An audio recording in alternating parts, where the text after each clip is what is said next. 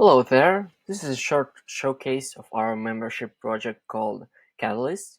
And basically the idea of this video is to show what this platform can do, how it was built, and maybe a little insight into the development itself.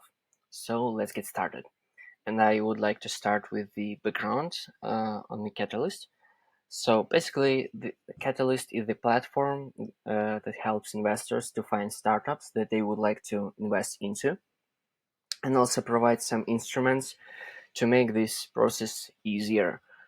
So client came to us with this idea and also a request to make an MVP for this project that could be shown to their investors. So this MVP had to have some basic functionality, but also be able to expand into a more robust platform later on, while also being built quite quickly initially.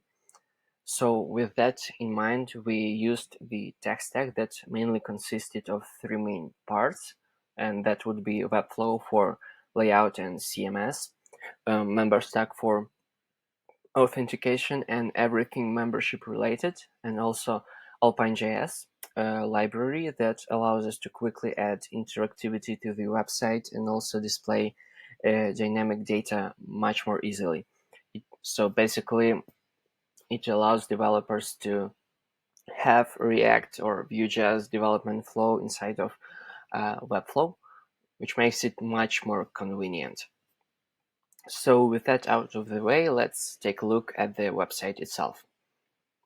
So if I scroll down, you can see some of the startups presented on the homepage, and I can look through them. But if I'll try to get more info on one of the startups, we will be presented with this sign-in screen.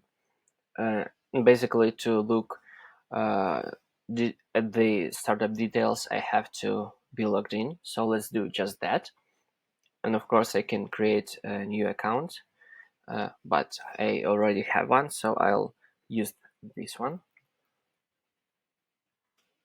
And yeah, basically every part of interactivity that you can see on this website is done with Alpine. So for example, if I'll input incorrect password right now, it will show me that provided credentials are invalid, and all kind of such pop-ups, messages displaying data that is not static is done with Alpine, which is much quicker than native Webflow ways.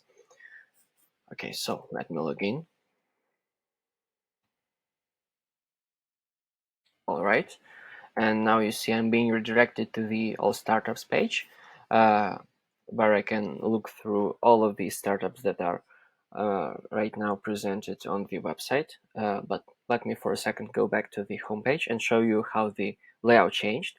So you can see that there are now much more information presented on the homepage, and also I can click on the startup, and as you can see now I get this video, also some information about the startup, and also I can go to the startup page and look into more details.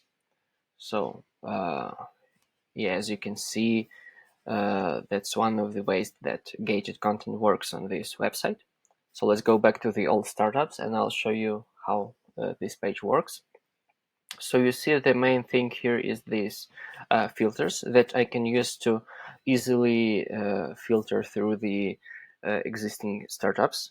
And all of these startups are done with the Webflow CMS, which makes it super convenient for our client to go through them, edit them, create new ones.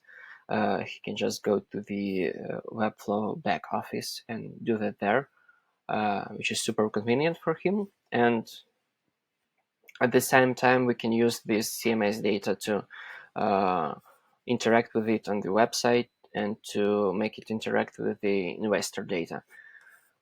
So as you can see, I can filter through the startups here, do all of that stuff. But let me also show you how my profile looks like. So as you can see, if I go to the profile page, I'm presented with this huge list of data that can be filled by the investor. And actually, all of this data is presented to the investor in much more convenient way first time when he signs up. So after signing up, he is presented with this onboarding wizard that allows him to much more easily fill in this data. So I can go through this wizard, fill all of the fields and so on. But I won't do that right now because, yeah, I have to fill it, but I won't do that right now because I've already done it. So let's go back to the profile. Okay, so there's one interesting tab right here that is called My Offers. And basically, as you can see, this is a way for investors to create offers for the startups on the website.